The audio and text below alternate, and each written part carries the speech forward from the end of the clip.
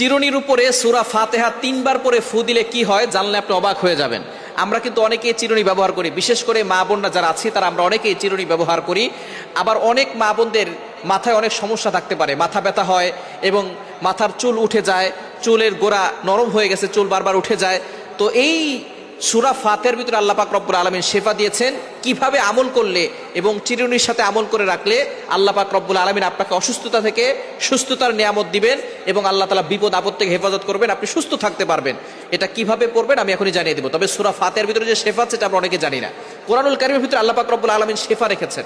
আল্লাহ পাক রব্বুল আলামিন নিজে বলে দিয়েছেন 15 নম্বর পারা 9 নম্বর পৃষ্ঠার 2 নম্বর লাইন, সূরা বনী ইসরাঈলের 82 82 নম্বর আয়াত আল্লাহ বলছেন, ওয়ানুনাজ্জিলু মিনাল কুরআন মা হুয়া শিফাউ ওয়া রাহমাতুল লিল মুমিনিন। আমি আল্লাহ তাআলা মুমিনদের জন্য এই কোরআনটা রহমত হিসেবে শেফা স্বরূপ নাজিল করে দিয়েছি। সুবহানাল্লাহি বিহামদি। সুতরাং কোরআনের ভিতরে শেফা আছে, আর এই সূরা ফাতিহার ভিতরে শেফা আছে। নবী